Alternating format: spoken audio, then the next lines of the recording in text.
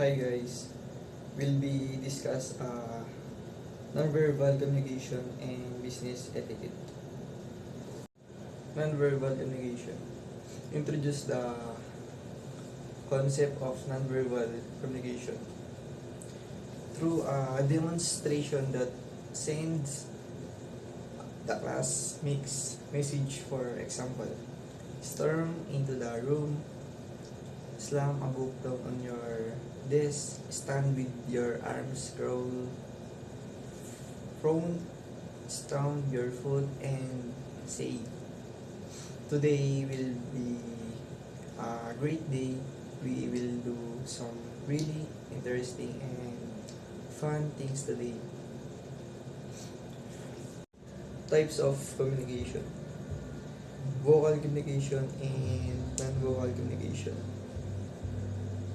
Vocal communication involves use of spoken words. This is the most common form of communications and is used in a wide variety of contexts such as conversation, presentation, and lectures. Non-vocal communication involves the use of vocal that are not words. This includes things like the tone of voice, screams, and vocal qualities such as loudness, pitch, and rhythm. These elements can convey a wide range of emotions and attitudes even without the use of words. Definition: nonverbal communication. Oral and non-oral message expressed by other than linguistic means. And a nonverbal message is any message that is not written or spoken. The nonverbal message may accompany a verbal message, or it may occur alone. Nonverbal messages are typically more sporting use than verbal message. Common types of nonverbal communication in business. Body movement. Example of body movement is gesture, eye contact, and posture speak volumes. And physical appearance, we have dress and grooming project professionals. And the third is voice qualities. We have tone, volume, and pace convey emotion and confidence. And the fourth is time. We have punctuality and respecting schedules show respect. And the fourth is touch. We have a handshake are common but avoid unnecessary touching. And the last is space and territory. We have a respect, professional, personal space, and maintain a professional workspace. Good morning, everyone. I'm going to report about the three types of body movement. First, we have the facial expression and eye contact. Second is gestures. And third is posture and body orientation. This is the example of facial expression and eye contact.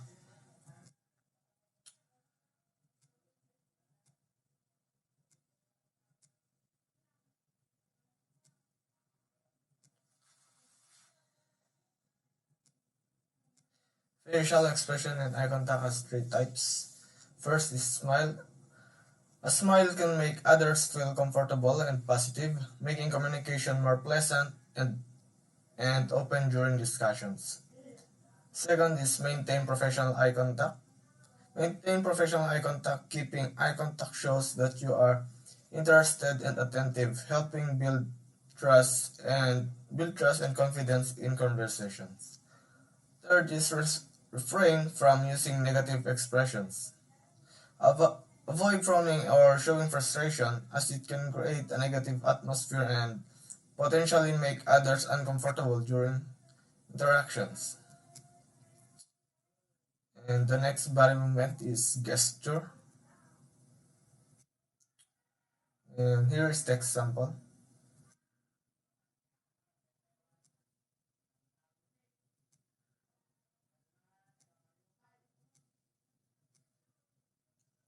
Gestures can be used to emphasize a point. Emphasize a point using hand gestures like raising a finger or spreading hands can highlight important ideas, make your message clearer and more engaging. Second is illustrate a point. Illustrate a point or demonstrate gestures like drawing shapes in the air or showing size with hands help to visually explain concepts or detail better. Third is communicate a desired action, like pointing towards a direction or making a hand movement like a thumbs up can directly show what action you want someone to take. And here we have the same sign and different meanings. It means that a single gestures or expressions can be understood differently based on a context or culture. For example, a gesture might show approval in one place but be offensive in another. People's background, situations, and experiences shape how they interpret nonverbal cues, making it important to consider different perspectives for clear communication.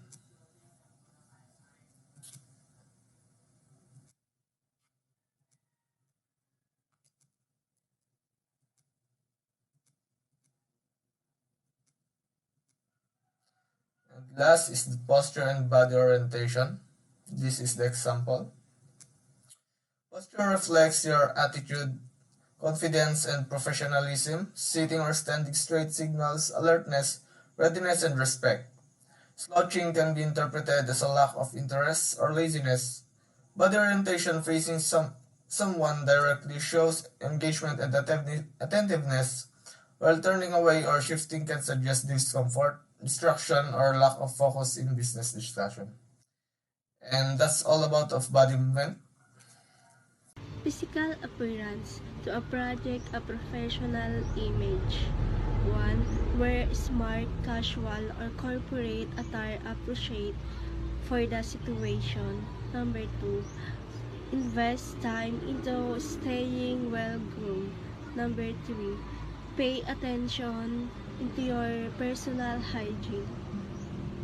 Physical appearance refers to the outward characteristic of an individual's body, face, or overall look, including factors such as height, weight, and hairstyle and clothing choice. Voice qualities include fluence, tone, pronunciation. To name a few, these qualities make your presentation interesting and pleasant to listen to. They keep the listener time. Time presentation greatly affect our lifestyle, movements, speed of speech, and the amount of time set for listening. Number 2, it is also closely linked to a person's social status. Number 3, it's a very important to remember that various cultures have different perception of time. Time is an intellectual tool used by man to measure the period between events. It's also used to record when event happen or it's going to happen. Touch is also multifaceted with information coming in untold forms. Pressure, temperature, pain, texture, and chemical sensation. People can live without vision or hearing, but there's no way to survive without touch. Space and territory. For distance zones. 1. Intimate zone from physical contact to about 18 inches. Number 2. Personal zone extending from 18 inches to about 4 feet. Number 3. Social zone from 8 from 4 feet to 12 feet. Number 4, public zone extend from 12 feet to as far as the eye can see and the ear can hear. Territory is defined as a bounded social space where meanings, power dynamic, and social relations interact. Business etiquette. Acknowledge other to proper business etiquette for both casual or formal work environment when someone walk in the room. At a business dinner or meeting, greet them and say hello appreciately, whether by shaking hands or following someone other culture custom. Business etiquette. Business etiquette is a practice of polite and appropriate behavior in the business setting. Always do right, you will please some people and unpunish the rest. Each organization has its own rules about what is and is not considered fitting terms of dress, ways of addressing superiors, importance of punctuality, and the like. In addition, every country and every culture has its own rule. Business etiquette differs in many ways of social etiquette. The manager enumerates all his or her accomplishment to superior during the performance. Meeting and greeting. Handshake, offer entire hand, web to web, shake lightly and release. Know whom to introduce first. Junior to senior, fellow worker to client. It is helpful to include the person title. Always state your name. Offer business card as appropriate. The important point to remember about making introductions is simply to make them the format you use to less important than the fact that you will avoid the awkwardness of requiring two people to introduce themselves. Lunch, dinner, meetings. You can survive. The restaurant you select for a business meal reflect on you in your organization. Choose one where the food is of top quality and the service dependable. In the general, the more important your guests, the more exclusive the restaurant. Tips.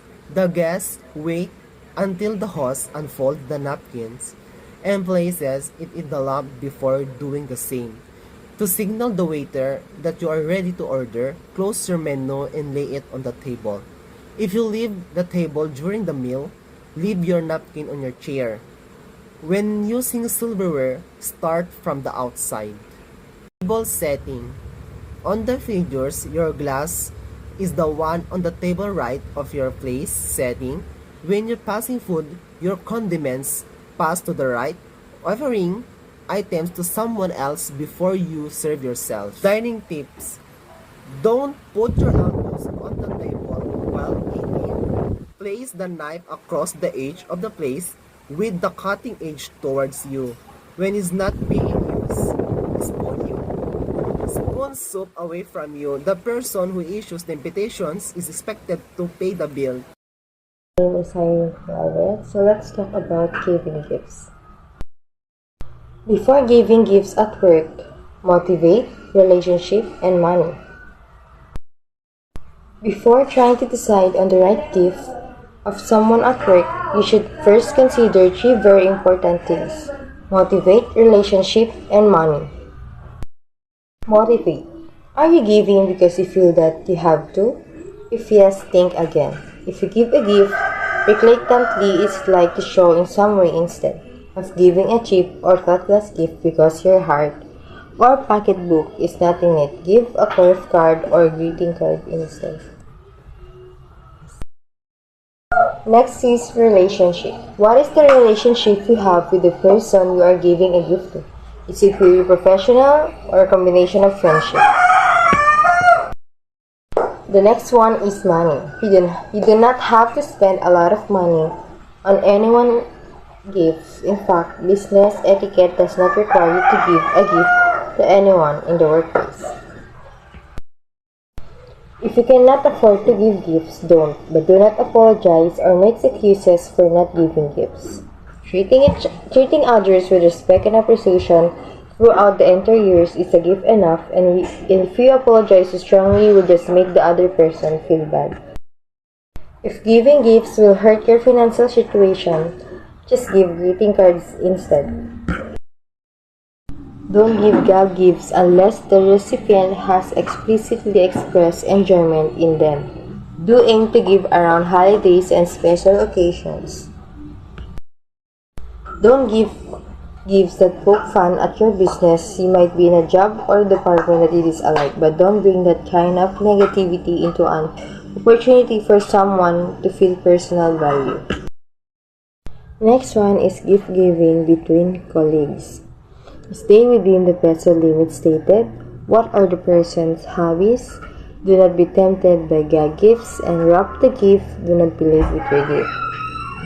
Stay within the peso limit stated. Some offices usually set somewhere under 500 peso. What are the person's hobbies? If they are sports enthusiasts, consider a sports-related gift. Wrap the gift. A nicely wrapped gift will add value to your gift. Plus, demonstrate your ability to be organized and neat. Do not be late with your gift. Have it ready for the day the gift giving will take place. Gifts should not be given with the intent to manipulate, flatter, dominate, or tease your colleagues. More important than the pragmatic reason is that gifts are an important way of communicating care of the other person. Giving gifts to your colleagues, do be intentional but not too personal. Don't give gag gifts unless the recipient has Giving gifts to your boss. Check HR's policies. Do your research. Appropriate gifts like calendars, organizers, pen sets, food baskets, stationery, tea offering, etc. If this is your first holiday season with your company, you may want to check around and see if there are any policies in place about giving your boss a gift. Your human resource manual may have a policy that you need to know about. Many corporations forbid such exchange. If where you work has more of a family type atmosphere, then it's likely that the practice of buying for the boss is acceptable, but do your research before you proceed. Appropriate gifts for bosses would include calendars, organizer, pen sets, food baskets, stationery, tea, coffee, or something along the line of relaxation, squid balls, like that. When giving a gift to your boss, it's not always about the gift, it's about how you present it too. Instead, go the extra smile and show your appreciation by presenting your gift in a more heartfelt way. You can do this by simply adding a handwritten note of appreciation. Don't give gag gifts unless the recipient has explicitly expressed enjoyment in them. Do aim to give around holidays and special occasions. Don't give gifts that poke fun at your business. You might be in a job or department that it is alike, but don't bring that kind of negativity into an opportunity for someone to feel personal value. Appropriately. If you're a girl and a professional businessman, you should wear at least navy blue color, charcoal gray, black, khaki, and white. Always adhere to the dress code established by the office. When unsure, for business dress rather than casual apparel, maintain a clean, well-groomed appearance. A work wardrobe doesn't have to be expensive. A professional approach to casual